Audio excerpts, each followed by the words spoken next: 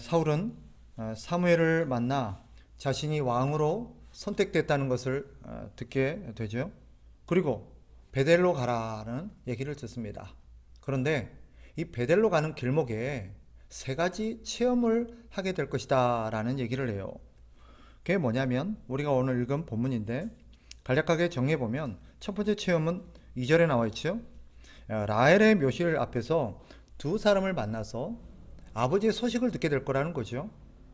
그리고 거기서 조금 더 나아가서 3절과 4절에 보면 다볼 상수리 나무에 이르렀을 때에 거기서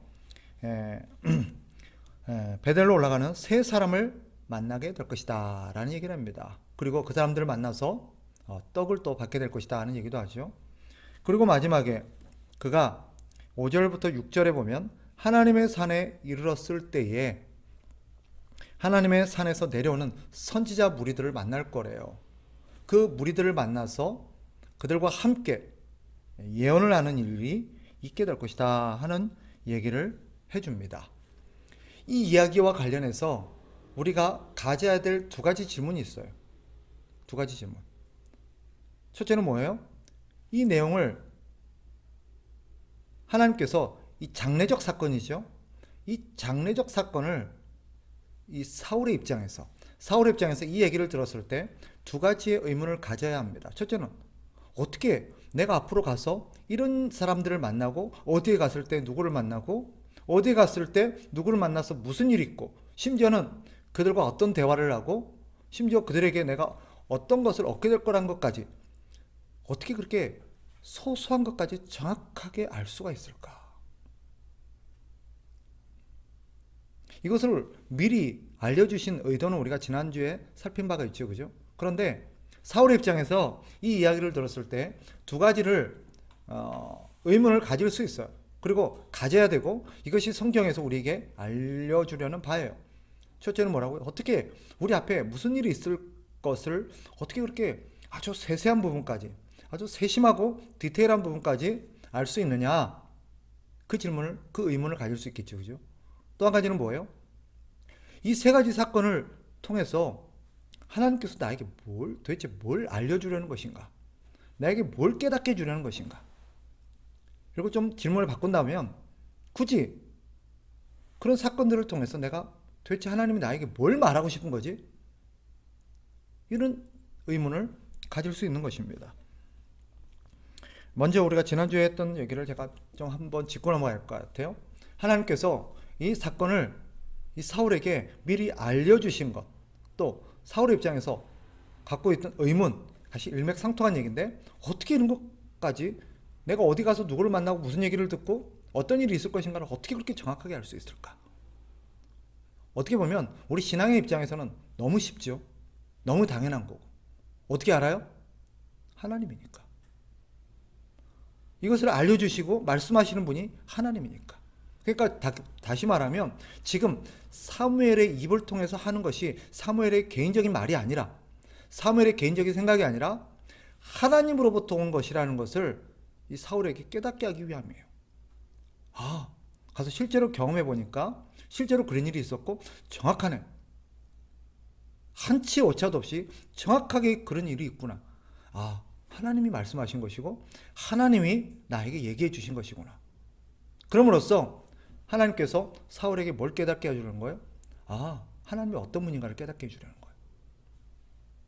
하나님은 내가 앞으로 어떤 일이 있을 것인가를 아실 뿐만 아니라 이 모든 것들이 하나님의 손안에 있구나.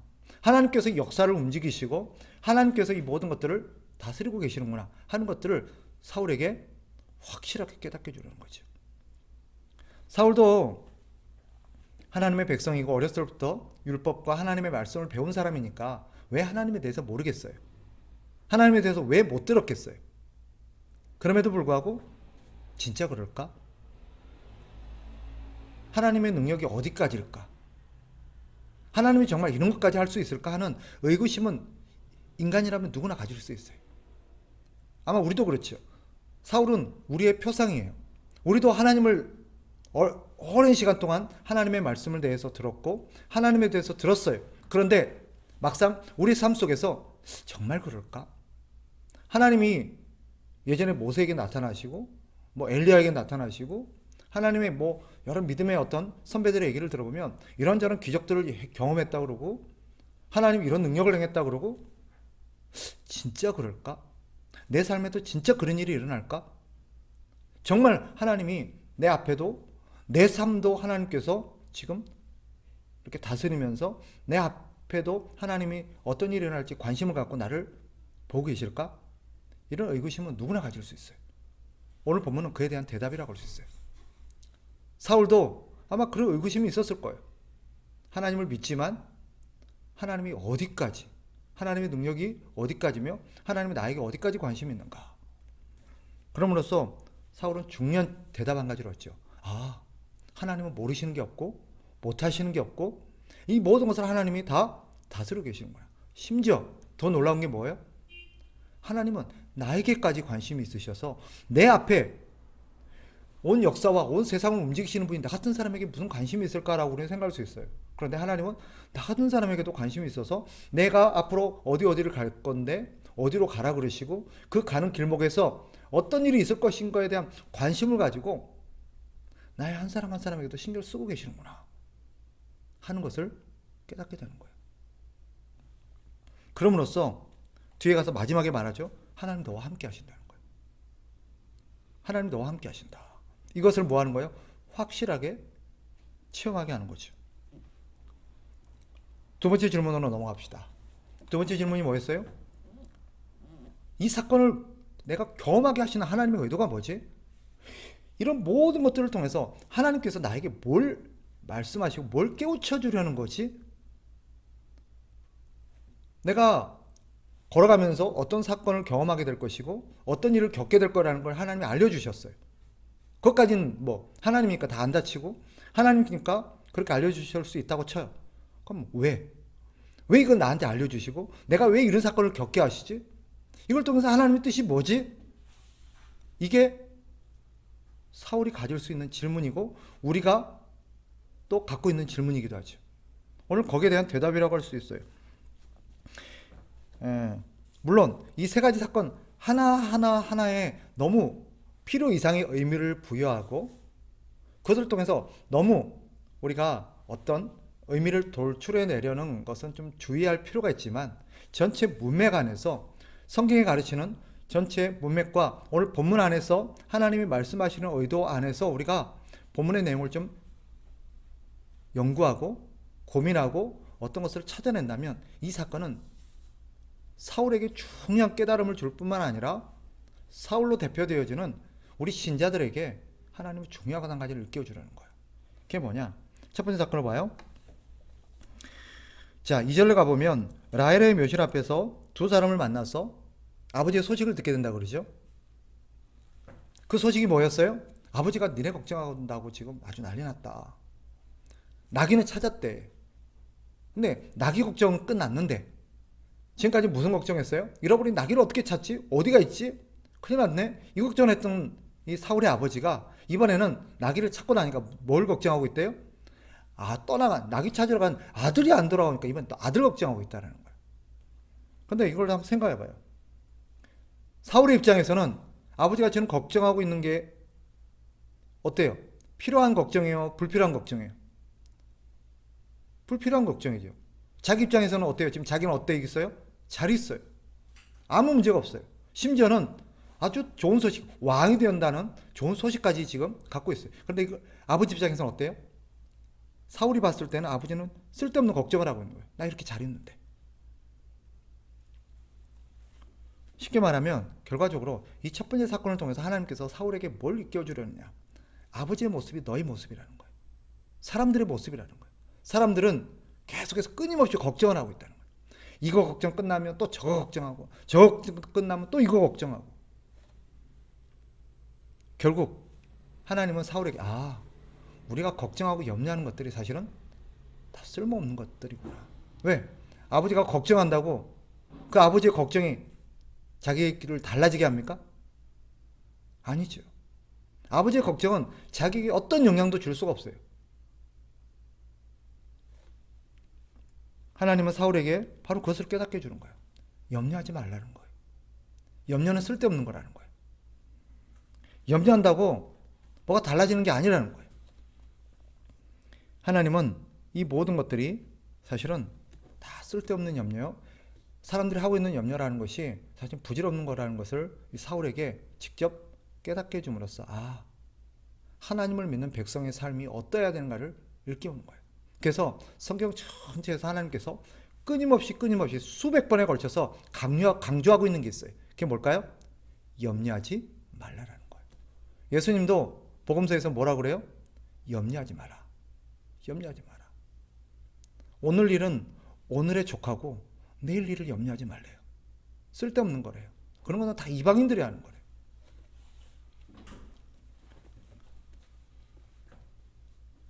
결과적으로 사울은 이 사건을 통해서 뭘 깨달아요? 우리가 염려하는 것이 이 모든 것들이 하나님의 손 안에 있고 하나님의 계획 안에 있고 하나님이 주관하신다는 것을 우리가 신뢰하지 못하고 깨닫지 못하는 데서 비롯된 불신앙적인 염려구나 하는 걸 깨닫게 되는 거예요. 하나님을 믿었더라면 하나님을 이 모든 걸 움직이고 계시고 다스리고 계시고 자기 인생의 어떤 모든 것들이 하나님의 손 안에 있는데 하나님 이미 사울을 향한 계획을 다 갖고 계셨고 사울이 어디로 갈지 누구를 만날지 무슨 일이 있을지 다 알고 계신다는 것을 사울에게 깨닫게 해줌으로써 우리의 염려라는 것이 하나님을 신뢰하지 못하고 하나님이 어떤 분인지를 알지 못하는 무지와 불신앙에서 비롯된 것이구나 하는 것을 깨닫게 해주는 거예요. 결과적으로 신자가 가져야 될 태도는 뭐죠? 이 모든 것을 하나님이 알고 계신다. 하나님은 내게 지금 어떤 일이 일어나고 있고 내가 어떤 일을 겪게 될 것이고 그로 인해서 내가 어떤 결과를 맞이하게 될 것인지 우리는 모르지만 하나님은 아세요. 그러니 신자가 가져야 될 건 뭐예요? 불확실한 어떤 장래에 대해서 막연하게 두려워하고 불안해하고 염려할 것이 아니라 하나님을 신뢰하고 하나님을 의지하는 거예요. 그죠? 이게 신자가 가져야 될 태도라는 거예요. 두 번째, 사울은 이 다볼 상수리 나무에서 베델로 올라가는 세 사람을 만나게 되죠. 그들이 왜 올라가고 있어요? 성경에 보니까 이 세 사람이 베델로 올라가는 이유가 3절에 소개되어 있죠. 3절을 보세요. 거기서 3절 중간에 보면 하나님을 배우려고 베델로 올라가는 세 사람을 만나리니 이 세 사람이 뭐하러 올라가고 있대요? 하나님을 만나러 가고 있다는 거예요. 베델에 뭐가 있는지 우리가 짐작해 볼 수 있죠. 베델에 우리가 하나님 앞에 제사를 드리는 어떤 그런 곳이 있다는 것을 알게 되는 부분이죠. 자, 이 사람들을 통해서 가르치려고 하는 게 뭐냐? 결과적으로 말씀드리면 하나님은 사울에게 사람들이 지금 어디에 신경을 쓰고 무엇을 하고 있고 어디를 중요하게 여기고 있는가 하는 걸 사울에게 보게 해주는 거예요. 이 세 사람이 지금 어디를 가고 있어요? 하나님을 만나러 가고 있어요. 이걸 통해서 하나님이 사울에게 깨닫게 해주라는 것은 사람에게 있어서 정말 중요한 일은 하나님을 만나는 거구나. 하나님을 만나는 거구나. 근데 지금 사울은 뭐 한다고 여기까지 왔어요? 잃어버린 나귀를 찾는다고. 그렇다고 찾았습니까? 지가 찾았어요? 몇 날 며칠을 헤매고 했지만 결국 자기가 할 수 있는 게 아무것도 없었어요. 그동안 이것이 중요하고 이것에 관심을 가지고 이것에 집중되어 있다 보니까 뭐 한 거예요? 하나님을 찾지 않았던 거예요. 하나님을 찾는 것에 대해서 관심이 없었던 거예요. 왜? 이 일이 중요해. 여기만 집중되어 있으니까 하나님을 찾아서 하나님을 예배하고 하나님 앞에 나아가서 하나님과 교제하는 일들에는 관심을 못 기울인 거예요. 하나님은 이 세 사람을 통해서 사람이 가장 중요하게 여겨야 될 것, 특별히 신자가 가장 중요하게 여겨야 될 것은 하나님을 만나는 것이다 하는 것을 깨닫게 해주려는 거예요. 세 번째 사건으로 가봅시다. 마지막에 이번에는 하나님의 산에서 내려오는 선지자 무리를 만나죠. 이들이 거기서 내려오고 있는 이유는 뭐예요? 하나님을 만나고 온 거예요. 이들은 이미 하나님을 만나고 왔어요. 하나님을 만나고 내려오는 선지자 무리를 만나게 되고 사울은 그들이 그 자리에서 예언하는 모습을 통해서 사울이 그들과 함께 성령의 어떤 체험을 하게 됩니다. 그 순간 사울이 어떻게 해요? 성령의 어떤 특별한 체험을 하면서 그 순간 그가 성령의 어떤 체험을 통해서 변화되어지고 함께 예언하는 사건이 발생해요. 예언이 뭐죠? 이 예언하다는 것은 하나님의 말씀을 전한다는 뜻이에요. 이게 예언이에요. 우리는 예언하면 어떤 장래에 일어날 일들을 막 말해주고 앞으로 있을 어떤 것들을 미리 막 계시해주는 그런 것들로 생각하는데, 성경에서 말하는 예언이라는 것은 그런 뜻이 아니에요. 그런 것도 포함되어 있지만 예언이라는 의미가 갖고 있는 것은 뭐예요? 바로 하나님의 말씀을 다른 사람에게 전달하는 것을, 전하는 것을 예언이라고 그래요. 그 안에는 장래일도 있을 수 있고 어떤 것들을 할 수 있죠. 그 일을 하도록 하나님이 부른 사람을 뭐라 그래요? 예언자, 선지자라고 말합니다. 이 선지자인 무리가 하나님을 만나고 내려오면서 비파와 소고와 저와 수금을 앞세우고 하나님을 막 찬양하면서 하나님의 말씀을 증거하는 그런 모습을 보면서 사울이 그 순간 성령의 체험을 하면서 똑같은 일을 합니다. 왜 이런 체험을 하게 할까요? 이것은 이겁니다. 이 사람들이 뭐하고 온 사람들이라고요?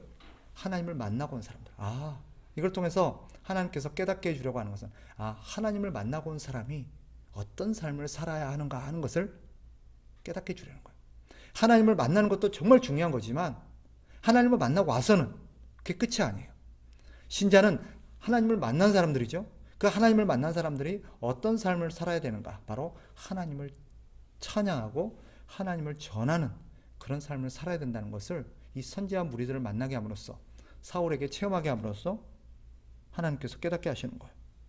그리고 나서 이 사무엘이 사울에게 중요한 얘기를 하죠. 7절로 가봐요.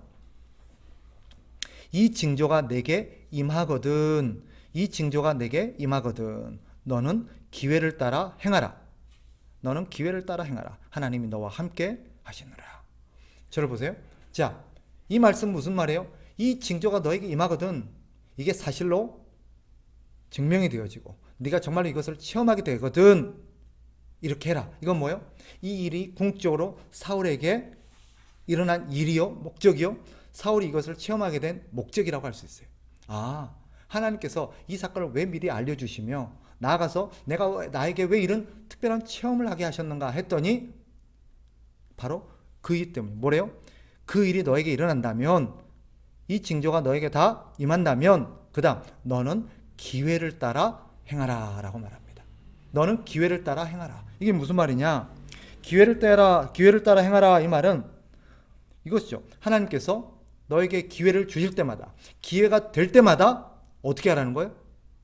하나님을 증거하고 하나님을 위한 삶을 살으라는 거예요. 이게 기회를 따라 행하라는 거예요. 하나님께서 깨닫게 해주신 것, 하나님께서 너에게 알려주신 이 진리를 따라 기회가 있는 대로 그렇게 살으라는 거예요. 범사에 모든 기회가 있을 때마다 누군가에게 전할 수 있는 기회가 있다든지 예배할 수 있는 기회가 있다든지, 그래서 항상 예배할 수 있는 기회가 있으면 뭐 해야 돼요? 예배해야 돼요. 찬양할 수 있는 기회가 있으면 찬양해야 돼요. 하나님을 전할 수 있는 기회가 있으면 전해야 돼요.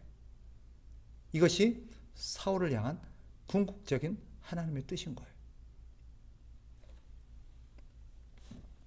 이 징조가 내게 임하거든 너는 기회를 따라 행하라. 그 다음에 하나님께서 중요한 약속 하나 하죠. 하나님이 너와 함께 하시느니라. 하나님이 너와 함께 하시느니라. 두려워하지 말라는 거예요. 염려하지 말라는 거예요. 하나님이 너와 함께 하신다. 네가 그 일을 할 수 있도록 하나님 도와주신다는 것이고, 하나님께서 너를 그 일을 이룰 수 있도록 능력을 주신다는 것입니다. 그래서 신약 성경에 보면 이것을 깨달은 바울이 뭐라고 말하죠? 우리가 잘 아는 고린도전서 10장 31절에 보면, 그런즉 너희는 먹든지 마시든지 무엇을 하든지 하나님의 영광을 위해서 해라. 이게 같은 말이에요. 너는 기회를 따라 행하라, 이 말이 바로 이 고린도전서 10장 31절 말씀이에요. 먹든지 마시든지 무엇을 하든지 하나님의 영광을 위해서 해라. 기회가 주어질 때마다, 그런 기회가 있을 때마다 하나님께 영광을 돌리는 기회로 삼아야 되고, 하나님을 기쁘시게 하는 기회로 삼아야 되고, 하나님의 뜻을 이루는 기회로 삼아야 된다. 이게 신자가 해야 될, 하나님을 만난 신자의 마땅한 삶의 모습이다라는 것이 오늘 본문의 메시지입니다. 말씀을 정리할게요. 결과적으로 하나님께서 이 사울에게 이런 사건을 미리 알려주신 것도, 또 이런 특별한 사건들을 체험하게 하신 것도 이유가 있었구나. 그게 뭐예요? 기회를 따라 행하도록 하기 위함이에요. 그동안 내가 이 땅에 왜 태어났지? 내가 무엇을 해야 되는 사람이지? 나는 어떻게 앞으로 살아야 되지? 몰랐어요. 막연할 수 있었어요. 그런데 하나님께서 사울을 부르시고 사울에게 하나님께서 하나님이 어떤 분인지를 알려주실 뿐만 아니라 사울에게 특별한 체험을 하게 함으로써 하나님께서 사울에게 깨닫게 하시는 건 뭐예요? 너는 하나님께 선택된 사람이야.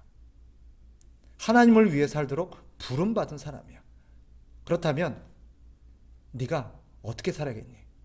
세 가지 삶의 태도를 가르쳐줘. 첫째, 두려워하며 살면 안 돼. 염려하며 살면 안 돼. 왜? 하나님 모든 걸 다스리시고 너의 모든 것들을 하나님 다 알고 계시잖아. 그러니 두려워하거나 염려하지 말고 하나님을 의지하고 하나님을 신뢰하면서 살아야 돼. 두 번째 어떻게 하래요? 항상 하나님을 찾고 하나님을 예배하고 하나님을 만나는 일을 중요하게 여기면서 그렇게 살아야 된다는 거. 세 번째, 우리는 기회가 주어질 때마다 먹든지 마시든지 무엇을 하든지 하나님을 예배하는 기회, 하나님을 찬양하는 기회, 하나님을 증거하는 기회, 하나님을 기쁘시게 하는 기회, 하나님을 높이는 그런 기회로 삶으며 살아가야 한다 하는 것이 바로 우리를 선택하신 또 우리를 부르신 하나님의 뜻이다라는 것을 사울을 통해서 보여주는 거예요. 그래서 오늘 본문을 통해서 앞으로 우리는 사울을 통해서 중요한 걸 깨닫습니다. 앞으로 하나님께서 지금까지 내게 어떤 일을 겪게 하셨든 또 앞으로 하나님께서 나에게 어떤 일을 겪게 하시든 이 모든 것들이 하나님의 뜻 안에 있구나. 다 하나님의 계획이 있으시구나. 믿어야 돼요. 우리가 생각하기에 슬픈 일이 일어날 수도 있고 두려운 일이 일어날 수도 있고 우리가 생각하기에 여러 가지 안 좋은 일이 일어날 수도 있지만 이것마저도 하나님의 계획 안에 있다는 것을 우리는 생각하고 항상 하나님을 신뢰하면서 기회가 주어지는 대로 하나님을 위해서 살도록 힘쓰는 저와 여러분 되시기를 주의 이름으로 축복합니다. 기도하겠습니다.